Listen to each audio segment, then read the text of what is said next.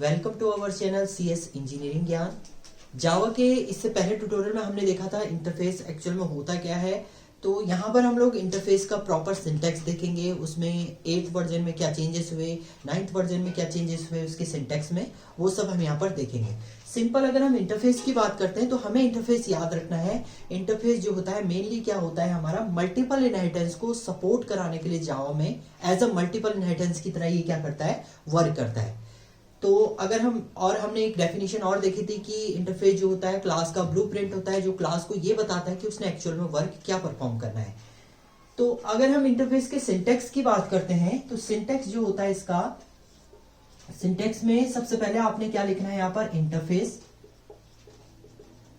Then यहां पर आ जाएगा आपका इंटरफेस का नेम। ये यूजर डिफाइन होता है, यूजर अपने अकॉर्डिंग इसको कुछ भी लिख सकता है। इसके बाद ये कर्ली ब्रेसेस आपका स्टार्ट हो जाएगा। इसके बाद यहां पर आपके आएंगे मेथड डिक्लेरेशन।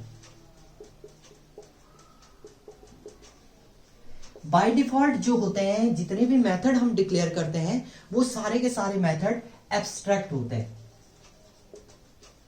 एब्स्ट्रैक्ट मेथड जो होते हैं वो डिफाइन होते हैं बाय डिफॉल्ट, या आप अगर लगाना चाहें। और बाय डिफॉल्ट इसको आप कैसे डिफाइन करेंगे, कोई मेथड अगर आप डिफाइन करना चाह रहे हैं तो पब्लिक एब्स्ट्रैक्ट, पब्लिकली भी डिफाइन होगा ये।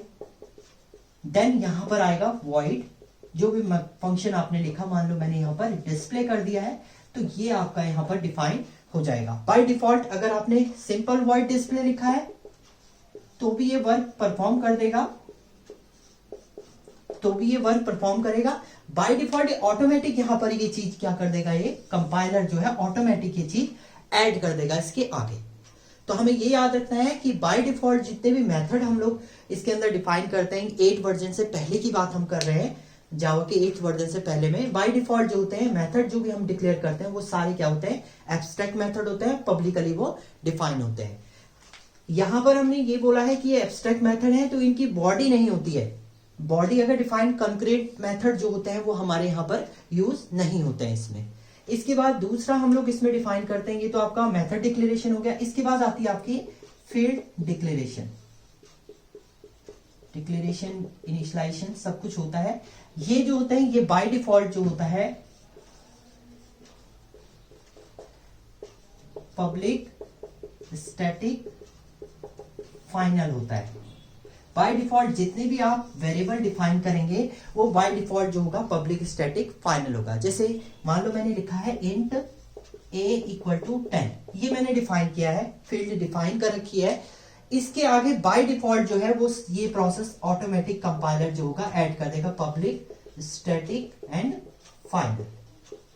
बाय डिफॉल्ट जितने भी हम लोग वेरिएबल इसमें डिफाइन करते हैं वो सारे क्या होते हैं, स्टैटिक फाइनल कीवर्ड जो होता है इनमें डिफाइन होता है। अगर आपने ये नहीं लगाया है तो बाय डिफॉल्ट कंपाइलर जो है ये भी सही है, हमारा कंपाइलर ऑटोमेटिकली क्या कर देगा, इस चीज को इसमें ऐड कर देगा। तो हमें याद रखना है जितने भी मेथड होते हैं वो बाय डिफॉल्ट एब्स्ट्रैक्ट होते हैं, और जितनी भी हमारी फील्ड होती है उसके अंदर वो बाय डिफॉल्ट जो होती है वो फाइनल होती है, स्टैटिक फाइनल जो होती है वो होती है।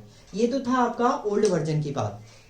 अभी हमने ये बोला कि जो जावा इंटरफेस के अंदर जो है कंक्रीट मेथड जो होते हैं, हमारे कंक्रीट मेथड जो होते हैं वो यूज नहीं होते हैं। बट अगर हम 8th वर्जन की बात करते हैं, जावा के अगर 8th वर्जन की बात करते हैं तो इसमें ये कुछ कीवर्ड देता है जिसके थ्रू हम कंक्रीट मेथड भी अपने क्या कर सकते हैं, यूज कर सकते हैं, और उसकी बॉडी को भी इनहेरिटेंस के अंदर डिफाइन कर सकते हैं।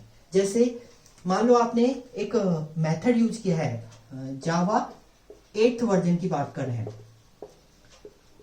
8th वर्जन में ये बोलता है कि अगर आपको कंकरेंट मेथड यूज करने जावा के अंदर तो आप एक कीवर्ड लगाएंगे डिफॉल्ट।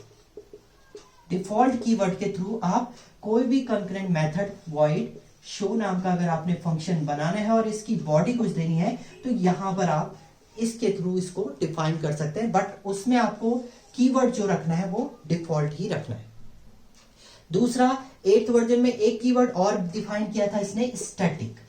अगर आप कोई मेथड स्टैटिक वॉइड यहां पर आप कुछ कर रहे हैं, मान लो मैंने यहां पर शो 1 कर दिया है, तो इसकी भी आप बॉडी यहां पर डिफाइन कर सकते हैं, बट उसके लिए आपको कीवर्ड जो रखना पड़ेगा वो स्टैटिक इसमें रखना पड़ेगा। बाय डिफॉल्ट इसका जो एक्सेस होता है वो पब्लिक होगा। अगर आपने कुछ और लिखा है यहाँ पर प्रोटेक्टेड या प्राइवेट लिखा है तो उस कंडीशन में क्या दे देगा, यहाँ पर एरर दे देगा। तो ये डिफरेंट टाइप से आपका डिफाइन करना है इंटरफेस को।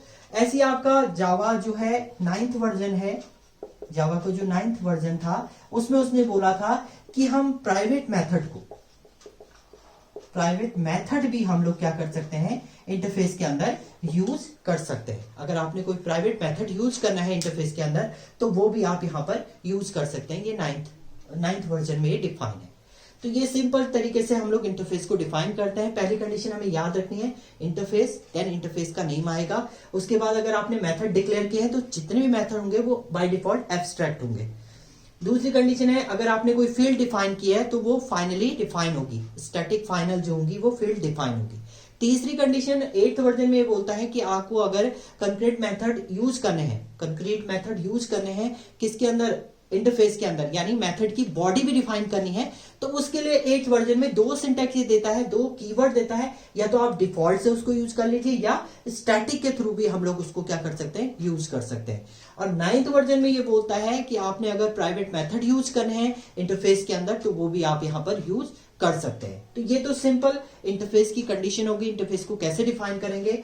अब जब क्लास इसको एक्सेस करेगी तो क्लास इसे कैसे एक्सेस करेगी, क्लास एक्सेस करेगी इसको इंप्लीमेंट कीवर्ड के थ्रू। मान लो मैंने इंटरफेस का नेम मान लो यही बना रखा है, और जब क्लास इसको लेगी क्लास